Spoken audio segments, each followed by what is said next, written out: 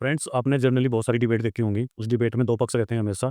एक पक्ष ऐसा मिलेगा आपको जो मानने की थ्योरी पे विश्वास करता है, मैं भगवान को मानता हूँ, मैं भूत-प्रेत को मानता हूँ, मैं जिन्न को मानता हूँ। और एक पक्ष जो दूसरा पक्ष रहेगा वो हमेशा स्केप्टिक रहेगा। स्केप्टिक लोग वो होते हैं जो किसी भी चीज़ पर तभी जो है बिलीव करेंगे जब उनके पास में कोई उन्हें एविडेंस होगा या कोई इस तरह की चीज़ उन्हें मिलेगी जिससे वो ऑब्जर्वेशंस में जो है उसे महसूस कर सकते हैं या उसको जान सकते हैं। तो दोस्तों यहाँ पे एक मेन टर्म्स आती है वो है मानना। मानना एक्चुअल में होता क्या है? आपको मैं यहाँ पे कुछ एग्ज़ाम्पल दूँगा। जैसे आपने जब आप स्कूल में पढ़ते थे तो आपने कुछ मैथ के क्वेश्चन निकाले होंगे और उस मैथ के क्वेश्चन में जब आपको एक क्वेश्चन दिया गया तो वहाँ पे आप एक संख्या को एज़्यूम ऐसा कर लेते हैं कि माना कि ये संख्या x है और पूरा क्वेश्चन हल करने के बाद में फिर आपको लास्ट में पता लगता है कि वो जो संख्या हम x मान रहे थे, रियल में वो x नहीं थी। यहाँ हम फॉर एग्ज़ाम्पल मान लेते हैं कि उसका जो मान निकल के आता है वो x बराबर 45 निकल के आता है। तो यहाँ पे चीज़ क्लियर थी कि जब हमने स्टार्टिंग में उस चीज़ को माना था, तो रियल में वो चीज़ वो नहीं थी।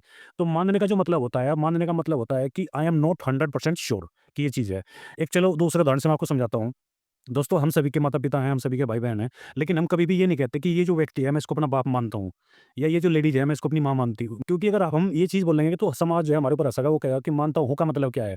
इसका मतलब ये है कि भई आप मान रहे हैं कि ये आपका बाप है, हो सकता है कोई दूसरा भी आपका बाप हो। तो इस तरह से तो मानने का जो यहाँ पे मतलब निकलता है वो यही निकलता है कि आप 100% श्योर नहीं है, इसलिए आप उस चीज़ को मान रहे हैं।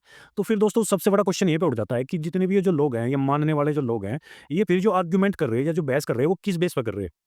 आप अगर किसी चीज़ के ऊपर बहस कर रहे हो और उसके प्रति आप ही 100% श्योर नहीं हो, तो आपका जो पूरा टोटल आर्गुमेंट है वो यहाँ बिल्कुल रिजेक्ट हो जाता है। तो दोस्तों ये वो सिचुएशन है जिससे बहुत सारे लोग गुज़रते हैं और लगातार जो डिबेट होती है उसमें यही सबसे बड़ा मुद्दा रहता है।